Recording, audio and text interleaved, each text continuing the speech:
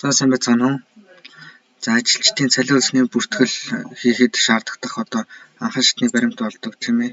CH1 маягт буюу ажлын цаг ашиглалтын бүртгэл мөн одоо ажлын цагийн тооцоолол хийдэг Excel програмыг танилцуулж байна. За энэхүү програм нь бол ажилчдын одоо нэрсийг оруулаад тийм ээ. За жишээлбэл нэг ажилд оруулж үзүүлье.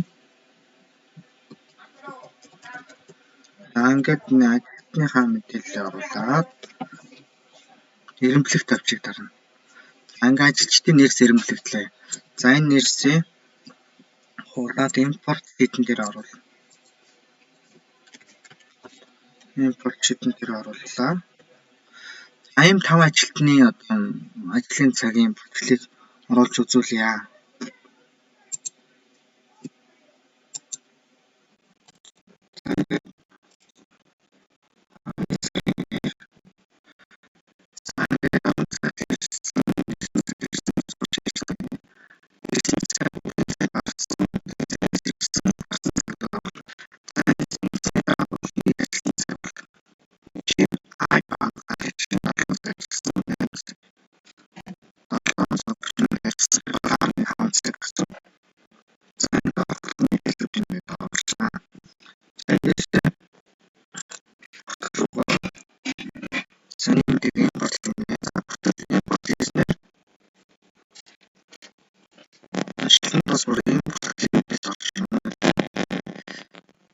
За ингэж оруулж ирсний дараа ямар мэдээ татагдах вэ гэвэл 11 сарын 1-ээс 11 сарын 30-нд за ихээс орсон тийм үү.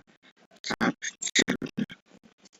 энэ хасаг дээр бол ингэж энэ мэдээнүүд бол автоматар татагдаж гарч ирнэ. За ингээд энэ бүртгэлийн одоо тэр анхан шатны баримт бүрдүүлэлтэнд бол энэ шаардлагатай гэх юм. Ажилтны тус бүрээр ажлын цаг ашиглалтын бүртгэлийг хөдөлгөнө гэж заасан байдаг тийм ээ. Санал сайдын 2017 оны 12 сарын 5-ны өдрийн 347 дугаар тушаалын хавсралтад бол энэ ажлын цаг ашиглалтын бүртгэлийн хоёр нүрийн хүснэгтэй байдаг тийм ээ. Тэр бол сарын хагаст ажлын цаг тооцоолох, сарын 2 хагас ажлын цаг тооцоолох, тэрнээс сарын нийт ажилласан одоо өдөр цагуудыг тооцоолоод ажлаа үйл ажиллагаатай ажиллаагүй одоо тооцоололтыг хийж гаргадаг. Энэ бол бүгдээр автоматар хийгдэх болж байгаа. За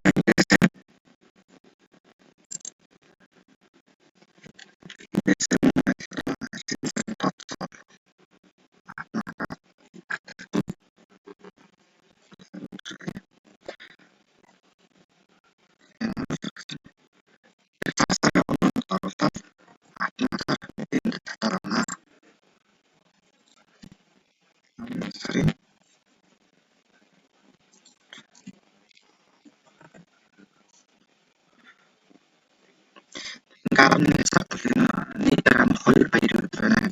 Энэ баярууд байгаа нь шийднээс гарч ирсэн тийм ээ.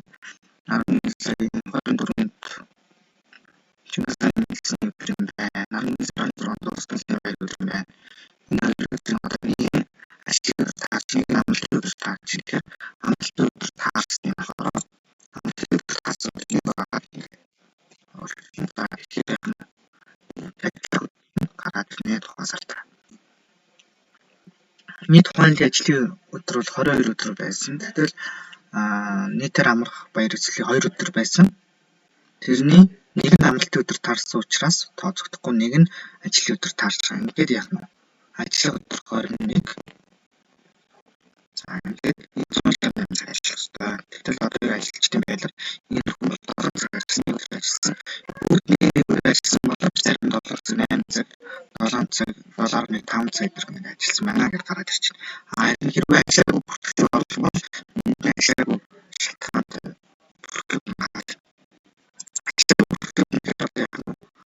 Жишээлбэл одоо тасалсан байдаг юм уу, чөлөөтэй байдаг юм уу, тийм өвчтөн одоо өвчтөн гэсэн засарсан ч юм уу, энэ чөлөө байд болох дээ шүү дээ тийм ээ.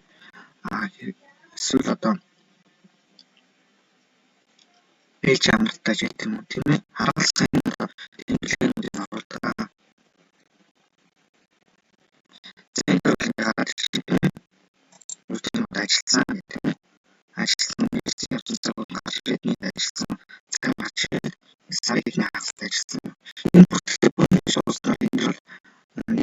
ажилласан цаг сарын 2-оос нэг ажилласан цагууд нахмаар фаз болж гарч ирнэ. Тэндээс цэгийн болон цэгийн хоёр надад тооцоолж байгаа гар ажиллагаа тооцоолыг бол нэлээд хөнгөвчлж байгаа. За ер нь бол одоо 10-аас 30 ажилтнтай аж ахуй нэгжүүд ч юм уу тийм ээ. Тэдгээр аж ахуй нэгжүүд бол маш сар үнэтэй одоо цаг бүртгэлийн програм одоо ашиглахад заримдаа санхүүгийн бэрхшээлтэй жижиг дунд аж ахуй нэгжүүд байдаг тийм ээ. Гарааны бизнесүүд дөнгөж одоо компани байгуулсан жижиг одоо аж ахуй нэгжүүд ч юм уу тийм ээ. Ер нь одоо санхүүгийн хэмнэлтэд бүх зүйлээ Excel-ээр бүртгэх гэсэн зорилготой хүмүүс бол ийм зүйлээс сонирхож ашиглаж